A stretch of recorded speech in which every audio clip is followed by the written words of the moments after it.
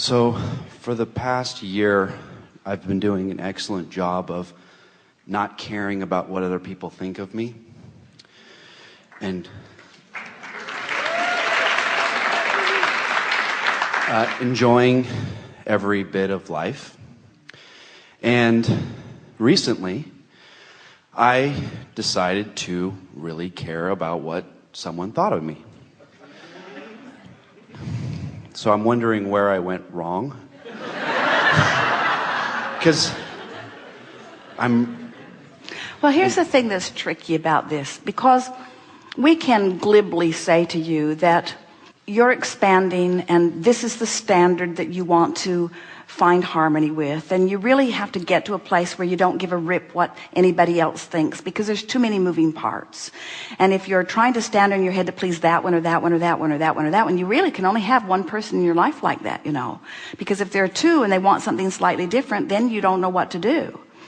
But all of that is, while it is law-based, it's not the easiest thing in the world for you to make work in your life, because the fact of it is, there are a lot of people in your life, and a lot of people do hold you as their object of attention, and a lot of people do have a response to things you do and things you say and things you think.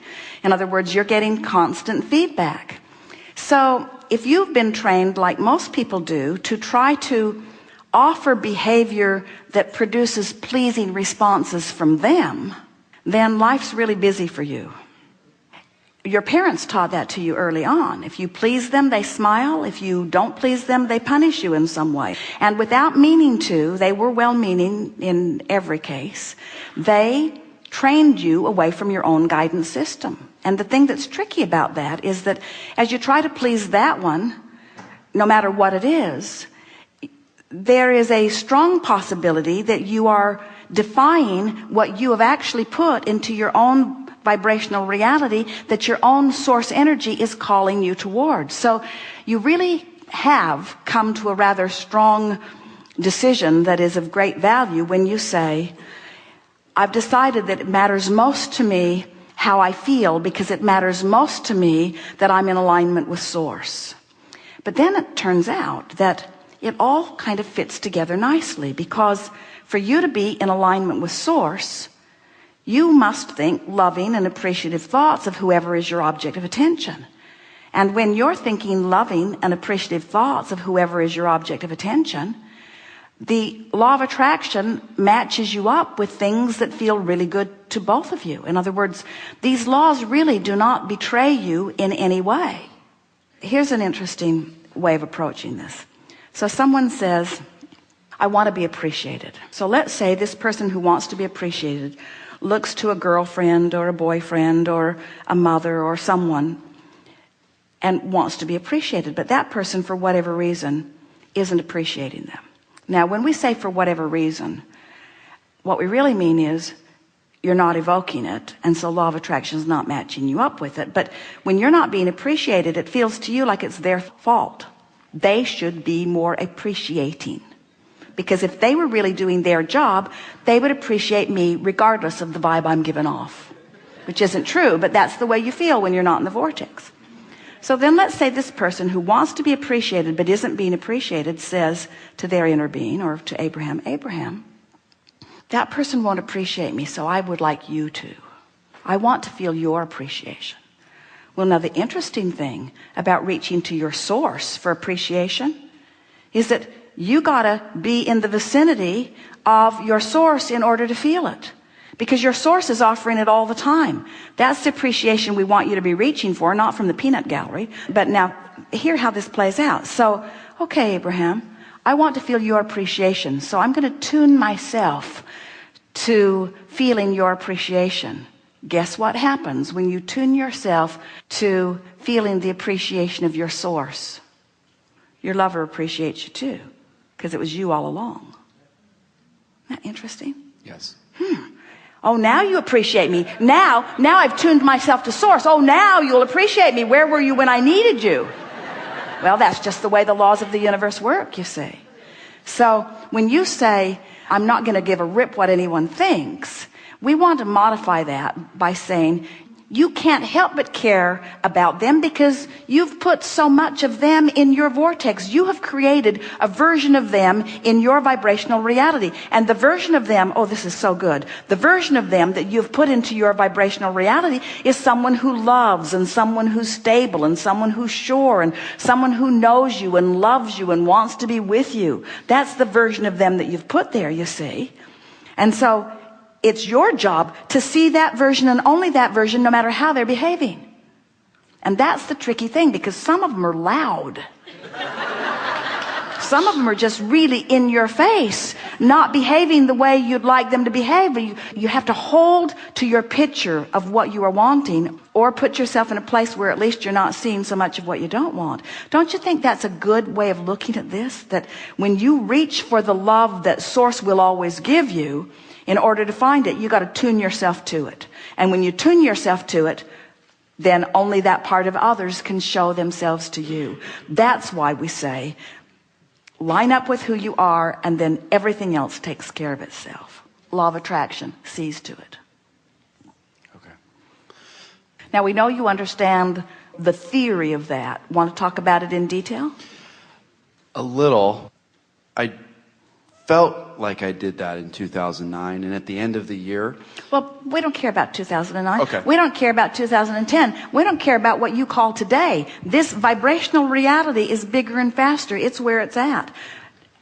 Listen to this. Your vibrational reality, which is manifestation yet to come, but vibration already in place, from our point of view, is present tense. And your reality that you're living right now, boom, there it went again, there it went again, there it went again, there it went again, there it went again, there it went again, there it went again. Past tense, past tense, past tense doesn't mean diddly squat. It's already done its work. I agree. Put it here, this is where it's at. I agree. All that matters is how you feel now, because now and how you feel is the juncture where you meet you. How you doing? I'm lonely. Then you're not doing well. I'm ornery. Then you're not doing well. I'm hopeful. Better. I'm overwhelmed. Not so good. I'm hopeful. Better. In other words, how you doing? How you doing? I agree 100%. And so, as we said to someone earlier, our best work is to soothe your resistance. So we start to soothe your resistance by telling you the unequivocal, undeniable law that never gets squirrely on you. Now, if you want to give us some details, we'll help you soothe your resistance. Specifically, the feedback on me at work was negative relative to my perception of how I was performing. And so now, as I went through a year of work and enjoyed and had passion and love and desire for the things I was doing and saved the company $20 million, at the end of the year, I hear negative feedback to how I performed. All right, so consider this. You can only get negative feedback from people outside the vortex. I agree. So why would you care what someone out of the vortex says to you when it's 100% probability of it being negative? So where do we suggest you get your feedback from? Source. And what do you think Source is saying about that? We really want to jump in here so that you get it. You care what they think. I agree. That's like asking someone who doesn't have any money to give you a loan. And the degree to my discomfort is inevitable, or is seen with the degree at which my rating was to my perception. That's all flawed. This is what it is. Okay. This is the reason you feel so bad. It hasn't got anything to do with them. It's that you have expectations of yourself that when you give attention to their negative rating takes you apart from who you are. It's not their statistics that are messing you up. It's your own. In other words, this will feel a little off the subject, but it really isn't. It's right on. Someone will say, this rascal, often it's a lover or an employer, this person has made me so frustrated and angry, and in the process, I have asked for this, and asked for this, and asked for this. So that person is responsible for enormous expansion. My vortex is spinning faster and my inner being is standing taller because of that rascally rascal. So that person is the reason that I expanded. And that person is also the reason that I don't take my expansion, because I'm looking and listening to what that person says. Correct. So we think you had a good idea in the beginning not to give a rip what that person thinks. But that's not going far enough. You have to thank them and their trouble for the expansion that they affected in you. You see, you're not upset because their rating of you isn't pleasing them. You're upset because your attention to their negativity is not who you are. Can you feel that? Yes. And you said some words that were very telling in that, because you kept saying, my perception and their perception. Their perception of me doesn't measure up to my perception of me. And we say, no, that's not what it is. Your perception of you isn't matching up to your perception of you. They are irrelevant. They were only fodder for your expansion. Thank you.